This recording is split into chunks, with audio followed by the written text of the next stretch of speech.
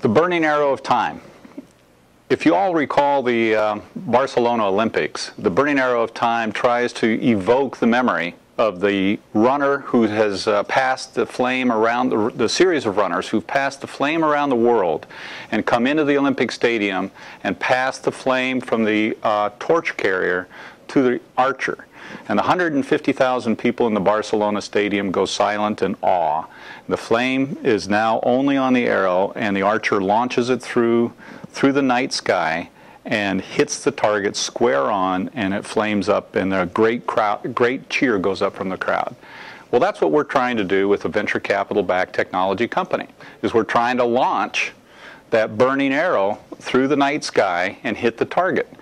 The target sometimes moves, and it's complicated, and the analogy, of course, is that the burning arrow is your money and it's your time, and at the day that the venture capital shakes hands with the entrepreneurs and puts the capital into the company, the arrow is launched. The question is, do you hit the target?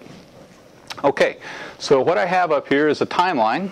That's the burning arrow of time. These are the feathers, the R&D, the prototype, field testing, validation, launch stage, early growth stage, your classic product development cycle, and along a timeline. Now, there's lots of different versions of this product development timeline. This is a simplified version, and we treat it as a linear process. The problem is, of course, when you estimate the amount of capital that you need to go, starting from T0 to T at the exit, you make a guess at how much capital it's going to take at every stage along the way.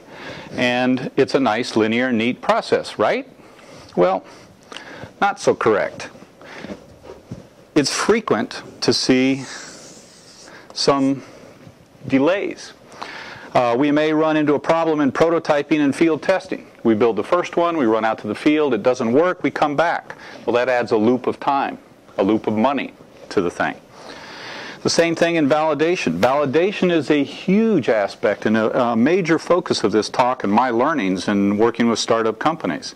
So there's very frequently some cycles, delay cycles, in this stage, and they can be very expensive. It's even worse, the further you go along the line, the more expensive a delay is.